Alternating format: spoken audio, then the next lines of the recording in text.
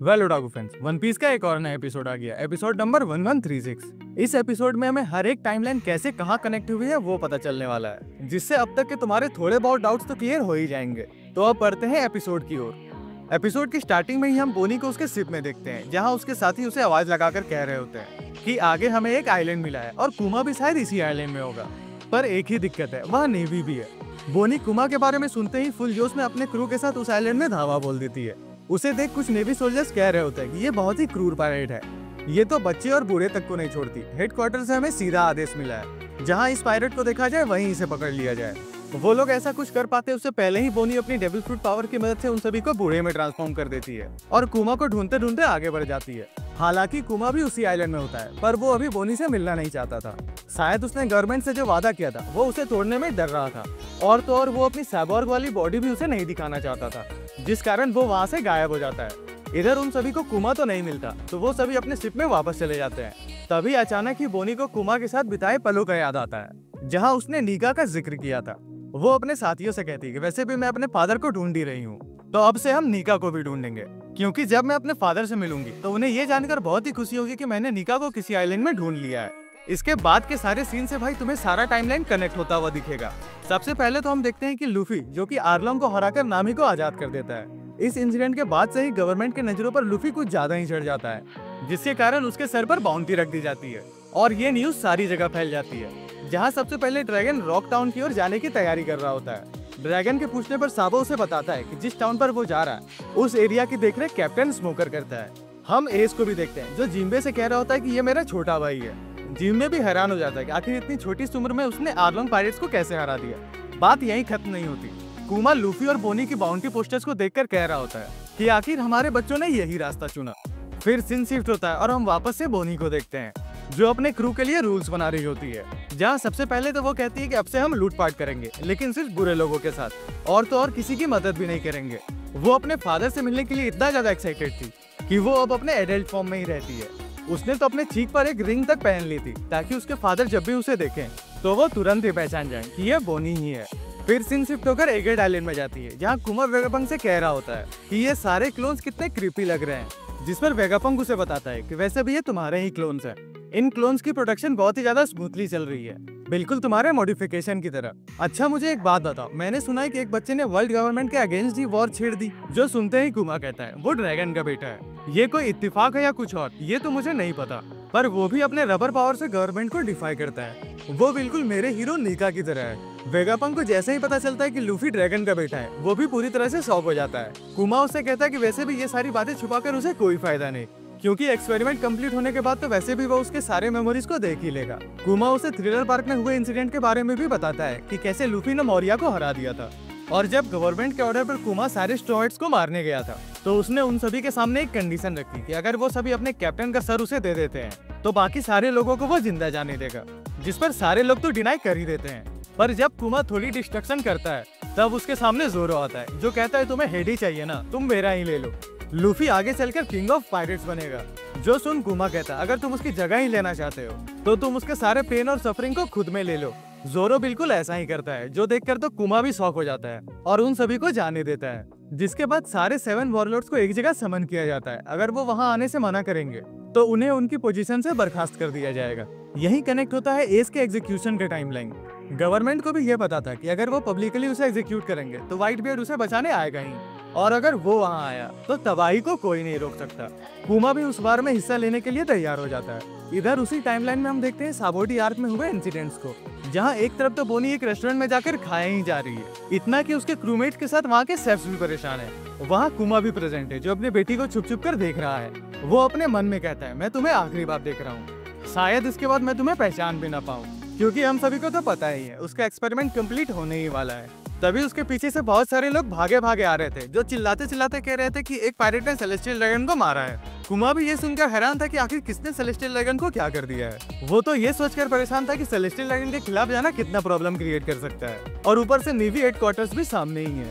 पर जैसे ही वो देखता है कि लूफी और उसके क्रू ही हैं जिन्होंने सेलेस्टियल ड्रैगन्स को पेला है, तो वो शॉक हो जाता है। उसे ज्यादा समय नहीं लगता ये रियलाइज करने में कि लूफी और उसके क्रूमेट्स फिशमैन को बचा रहे हैं।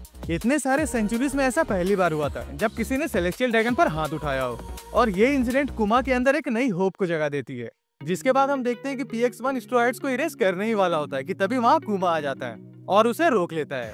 फिर कुमा उन सभी को एक एक करके डिफरेंट आइलैंड में भेज देता है। लूफी अपने सामने सारे दोस्तों को ऐसा गायब होता देख बहुत ही ज्यादा टूट गया था। वो रोते रोते कह रहा होता है कि मैं अपने एक भी दोस्त को नहीं बचा पाया। इसी जगह पे क्लियर होता है कि आखिर कुमा ने ऐसा किया क्यों था।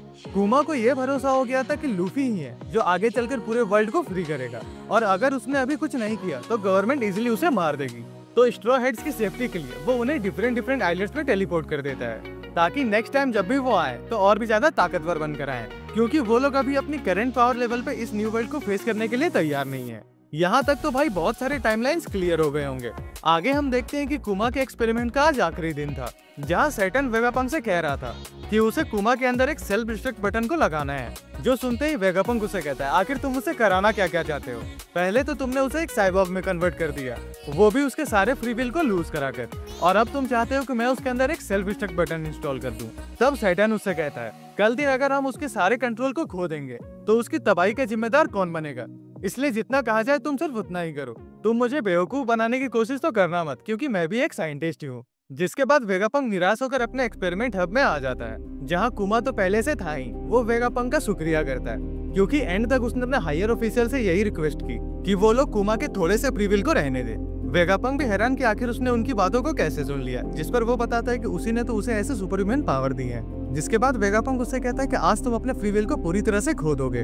हमने एक दूसरे को 2 सालों से जाना है। मुझे लगता है कि तुम्हारा पहला मिशन ही होगा व्हाइट बियर्ड के पायरेट से लड़ने का, क्योंकि वो लोग बहुत सारे पैसाफिस्टर्स भी मंगवा रहे हैं। कुमा भी उसकी बातों पर एग्री करता है। साथ ही उससे कहता है कि मेरे पहले मिशन के बाद मैं चाहता हूँ कि तुम मुझ में एक ऐसा प्रोग्राम डालो जिससे कि मैं स्ट्रॉयड्स के शिप को प्रोटेक्ट कर सकूं जब तक उनके क्रू में से कोई एक मेंबर वहां आ ना जाए। हालांकि मैं उनके ग्रोथ को तो नहीं देख पाऊंगा अब। इस रिक्वेस्ट के बाद वेगापंक उसे पूछ ही देता है कि आखिर तुम उस बच्चे से एक्सपेक्ट क्या कर रहे हो। कुमा उसे बताता है कि निका तो सिर्फ एक लेजेंड है। मैंने अपनी बेटी से वादा किया था कि एक दिन वॉरियर ऑफ लिबरेशन आएगा और हंसते हंसते सभी को फ्री कर जाएगा। मुझे उसी की छवि उस बच्चे में दिखाई दे रही है और मुझे पूरा भरोसा है कि एक दिन वो पूरे वर्ल्ड को ही चेंज कर देगा। वेगापंक भी उसकी इस रिक्वेस्ट को मान लेता है। साथ ही वो उससे कहता है कि हमने एक डील की थी। जिसके बाद कुमा अपनी सारी मेमोरीज की एक कॉपी बनाकर वेगापंक को दे देता है। साथ ही वो उससे कहता है कि मैं अपनी मेमोरीज को खोऊंगा नहीं, बस ये उनकी एक कॉपी है, इसे अगर छुआ गया तो गायब हो जाएगा। जिस पर वेगापंक कहता है कोई बात नहीं, मैं आगे चलकर ऐसी टेक्नोलॉजी बना लूंगा कि मैं दूर से ही तुम्हारी मेमोरीज को देख सकूं। इसके बाद एक्सपेरिमेंट का फाइनल फेज शुरू होता है, जहां कुमा अपनी मेमोरीज को देखकर कह रहा होता है कि बस इतनी सी है मेरी लाइफ। उसके बाद उसे अपनी पूरी जिंदगी की एक झलक दिखाई देती है, जहां बचपन से ही उसके साथ क्या कुछ नहीं हुआ। जब उसने पैदा लिया तो उसके माँ बाप के साथ उसे भी सेलेस्टियल्स का गुलाम बनना पड़ा। उसके आंखों के सामने ही उसके माता पिता को मार दिया गया। यहाँ तक कि उस गुलामी से आजाद होने के बाद वो जिस लड़की से प्यार करता था उसे भी सेलेस्टियल्स ने किडनैप करा लिया और उसका यूज करके उसे एक बेबी के साथ बाहर निकाल दिया। इतना कुछ हो जाने के बाद भी कुमा सिर्फ सहता गया। यहाँ तक कि उसने जिनी की बेटी बोनी को भी अपनी बेटी की तरह पाला। जब उसे पता चला कि बोनी भी उसी डिजीज से गुजर रही है जिस डिजीज ने जिनी की जान ले ली थी, तो वो एक ही पल में सारा कुछ कुर्बान करने को तैयार हो गया। उसने तो अपनी इस तकदीर तक को अपना लिया जहाँ वो बस एक साइबॉर्ग बनकर रह जाएगा, सिर्फ अपनी बेटी बोनी को बचाने के लिए, जो कि उससे ब्लड रिलेटेड भी नहीं थी। इतना कुछ सहने के बाद भी वो आज तक कभी किसी का बुरा नहीं चाहा। उसे जब जहाँ जैसे जिस हाल में लोग मिलते थे वो उसी हाल में उन लोगों की मदद किया करता था। और आखिर में इस दुनिया ने उसे दिया क्या? ना वो अपने पेरेंट्स के साथ रह पाया, ना अपने प्यार के साथ, और ना ही अपनी बेटी बोनी के साथ। अपने फ्री विल को कम्प्लीटली लूज करने से पहले उसके आखिरी लफ्ज यही थे कि वेगापंक, मेरा तुमसे एक रिक्वेस्ट है, प्लीज मेरी बेटी को उसके 10th बर्थडे पर मेरी ओर से विश कर देना। लिवर नीचे करने से पहले वेगापंक के आंखों में भी आंसू आ गए थे। वो भी नहीं चाहता था कि किसी की इंसानियत को ऐसे छीना जाए। लिवर नीचे करते ही कुमा अब एक साइबॉर्ग में कन्वर्ट हो गया।